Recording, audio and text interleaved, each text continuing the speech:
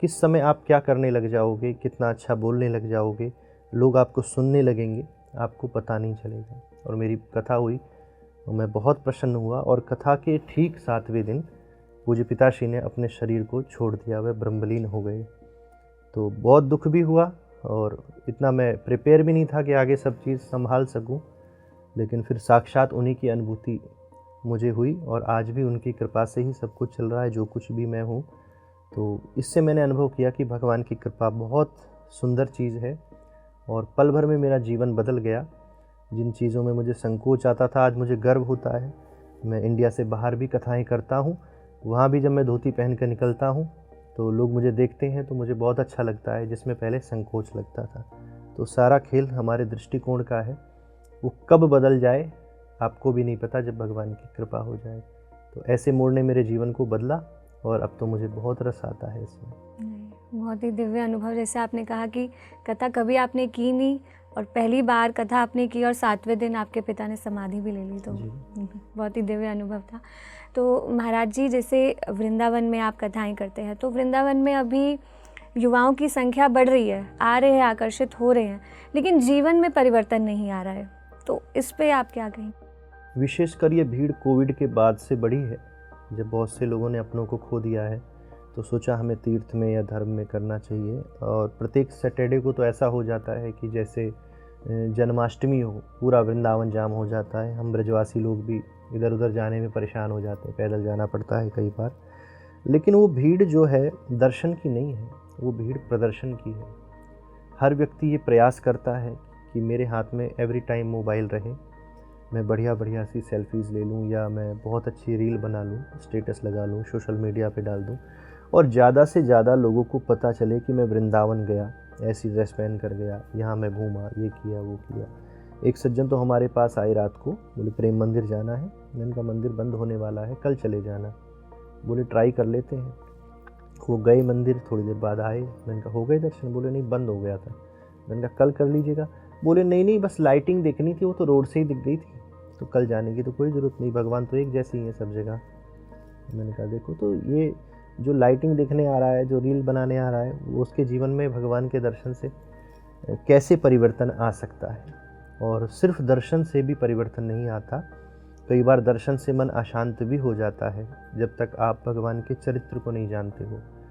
किसी बहुत सुंदर व्यक्ति को देखा हमने, हम अट्रैक्ट हो गए उसको देखकर, बहुत अच्छा, इससे फ्रेंडशिप होनी चाहिए, इससे बातचीत होनी चाहिए।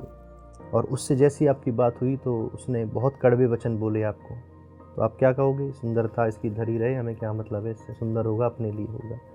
लेकिन जब हम उसके स्वभाव को जानते हैं कि ये कितना अच्छा व्यक्ति है, इसके विचार कैसे हैं, ये हमको जो प्रिय लगता है ऐसी बातें करता है, कितने मित्र होंगे आपके या कितने रिश्तेदार होंगे जो बहुत ज़्यादा सुंदर नहीं होंगे, लेकिन फिर भी उनके साथ समय बिताना आपको अच्छा लगता होगा, उनसे बात करना अच्छा लगता होगा, क्योंकि उनके स्वभाव से आपको प्रेम है।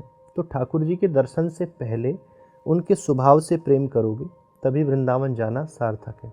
नहीं तो पांडवों से ज़्यादा दर्शन तो कौरवों को होते थे।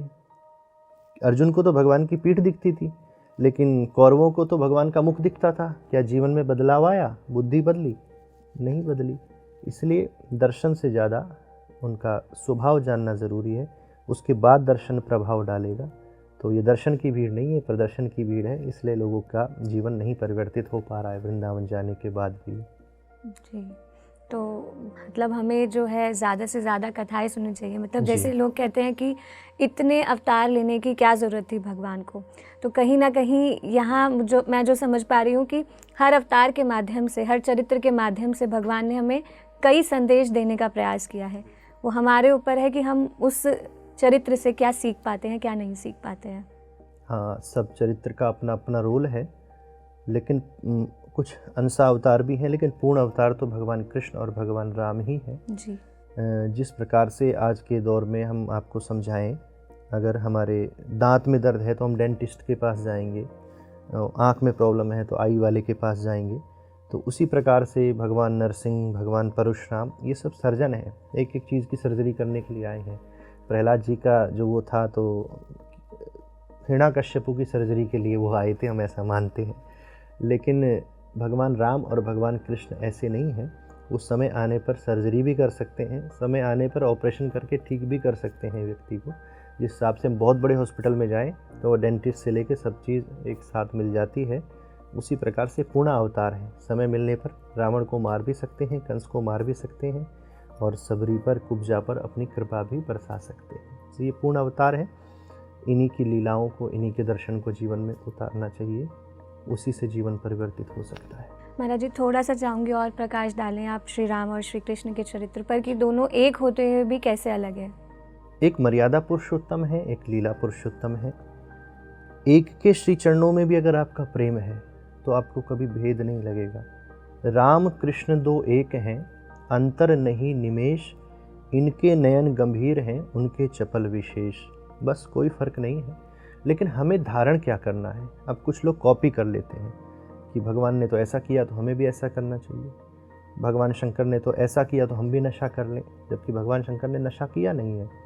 लेकिन भगवान शंकर ने तो विष भी पिया है, तो वो भी ट्राई करना चाहिए थोड़ा सा। तो कॉपी नहीं करना चाहिए, लेकिन हाँ, भगवान श्री राम के जीवन की जो मर्यादाएं हैं उनको जीवन में उतारना चाहिए। भगवान राम जो कर गए उसे मानना चाहिए और भगवान श्री कृष्ण जो कह गए उसको मानना चाहिए। तो कोई भी फ़र्क नहीं है, दोनों एक हैं और वो अपनी लीलाओं से आनंदित करते हैं, वो अपनी मर्यादा से आनंदित करते हैं। दोनों के जीवन से हमें बहुत कुछ सीखने को मिलता है।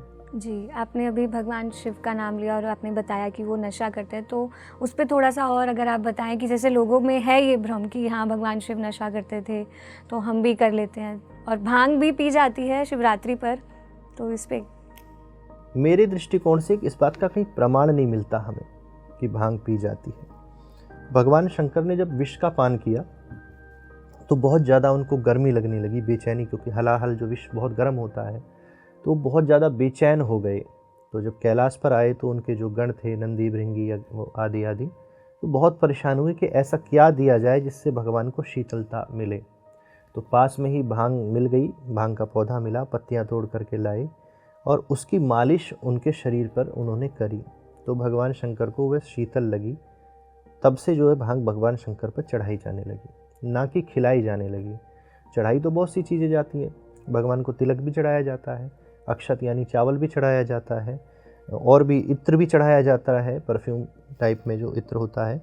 लेकिन अब इत्र का सेवन थोड़ी करते हैं भगवान, तिलक का सेवन थोड़ी करते हैं, वो तो सब चीज़ें इसी प्रकार से भगवान को भांग भी चढ़ाई जाती है, ना कि उन्हें वो खिलाई जाती है।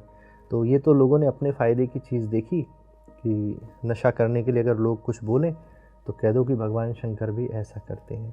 तो भांग के नशे में रहते या नहीं रहते नहीं पता, लेकिन कथा रस के नशे में भगवान शंकर हमेशा रहते हैं। तो ये सब चीज़ें लोगों ने सिर्फ अपने पास से बना दी हैं। वैष्णवा नाम शंभु, भगवान शंकर परम वैष्णव है।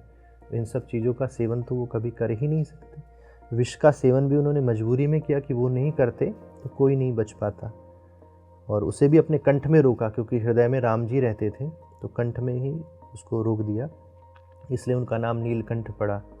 तो भगवान ने कभी सेवन नशे की चीज़ों का नहीं किया। भगवान तो कहते हैं इन चीज़ों से दूर रहो, लेकिन कुछ व्यसनी लोग भगवान का नाम लगाकर ऐसा करते हैं, जो कि बिल्कुल गलत है।